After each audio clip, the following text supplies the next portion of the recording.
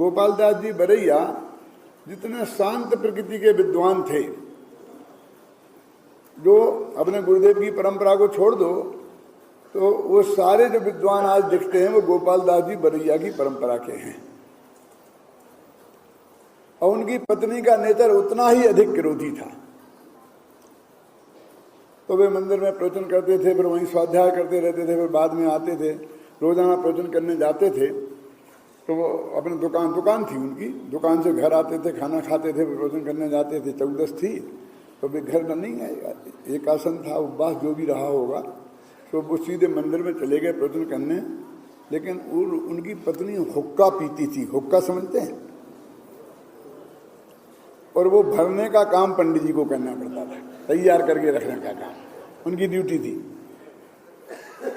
तो उस दिन वो तैयार करके नहीं रख पाए। देखो ये कहानी सुनाना मेरा उद्देश्य नहीं, बहुत मार्मिक बात कहना मेरा उद्देश्य है, सुनना जरा ध्यान से। तो मंदिर में प्रवचन में चले गए, सीधे वहां बैठ गए, और वो जब तक देखा, इंतजार किया कि 8 बज गए, अभी तक नहीं आए, अभी तक नहीं आए।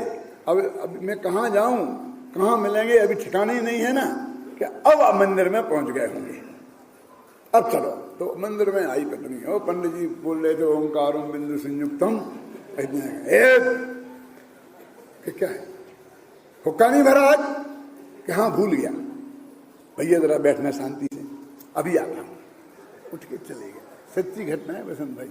अब हमको हमारे गुरु जी सुनाते थे, मक्खनलाल जी, है ना, बैठना तुम लोग शांति से, अभी 15 मिनट में आया। और वो चले गए और हुक्का भर के फिर बाद में आए। ये 15 मिनट श्रोता ऐसे शांति से बैठ सकते हैं क्यों? 1 मिनट में तो कोलाहल मच जाता है। और फिर ऐसी घटना हो गई हो, क्यों? तो कुछ लोग बोले कि देखो साहब, ये बात समझ में नहीं आई, ये हम सबको तो समझाते हैं, अपनी बीवी को नहीं समझा सकते।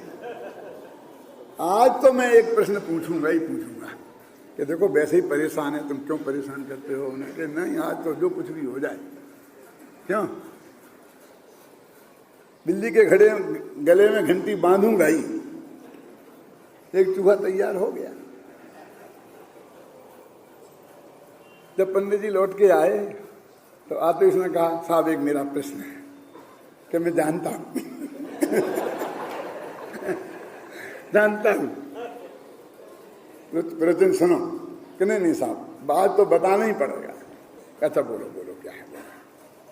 कि आप सारी दुनिया को समझाते हो, अपनी पत्नी को नहीं समझा सकते। तो उन्होंने कहा, बेटा हम जो समझना चाहते हैं उन्हें समझाते हैं, जो लड़ना चाहते हैं हम उन्हें नहीं समझाते। हमें उन्हें समझाने का भाव ही नहीं आता। तुम समझना चाहते हो इसलिए तुम्हें समझाते हैं। अब वो तो लड़ने के लिए तैयार कमर कस के आई थी, ख्याल में आई ना? तो उसे हम क्या समझाते हो, क्या होता बोलो? तो दूसरा बोला कि हाँ, भगवान ने कैसी जोड़ी बनाई, मिलाई है? बोले क्यों? इससे बढ़िया जोड़ी वो दुनिया में कौन हो सकती है? दोनों ही यदि गुस्से वाले होते तो क्या होता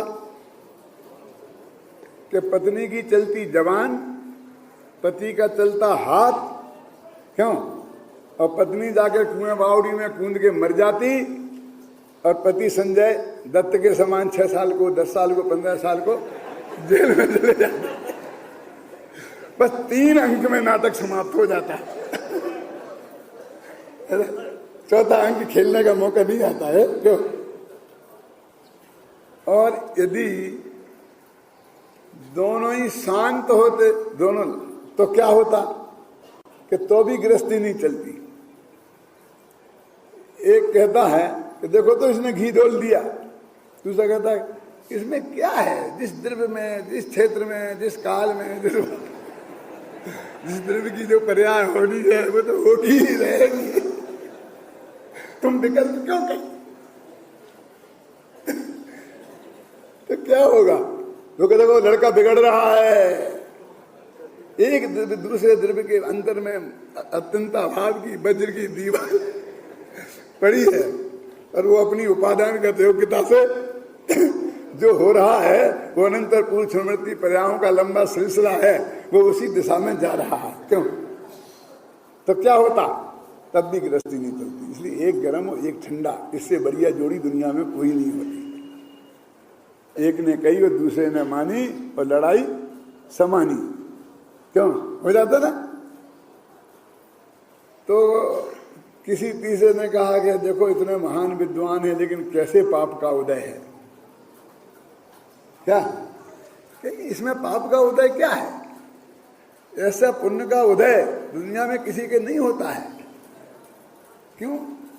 कि जिसकी पत्नी सुंदर होती है, खूबसूरत होती है, सेवा भावी होती है, सब प्रकार से अनुकूल होती है, वे घर गुस्सा हो जाते हैं, वे शाम से ही घर में घुस जाते हैं, बाहर निकलते ही नहीं घूमने तक को। विषय कसाय में उलझे रहते हैं। और हमारी पत्नी तो ऐसी है, नित्य वैराग्य दाएंगी। देखो तो वैराग्य, सुनो तो वैराग्य। हम तो सुबह उठते हैं, पत्नी उठे उसके पहले उठ के और मंदिर चले जाते हैं, फिर वहीं नहाएंगे धोएंगे, जो भी करेंगे सामायिक करेंगे, जो भी स्वाध्याय करेंगे वहीं करेंगे। क्यों? क्योंकि बोनी ना बिगड़ जाए। और शाम को मंदिर में सबको श्रोताओं को सुनाकर फिर वहीं बैठ के स्वाध्याय करने लगते हैं। कब तक? कि जब तक पत्नी जी घर में सो ना जाए, कि जिससे आकर शांति से रात कट जाए। क्यों? तो जो विषय कसाय से बचाने वाली ऐसी पत्नी तो महापुण्य के उदय से मिलती है, तुम पाप के उदय से कैसे कहते हो?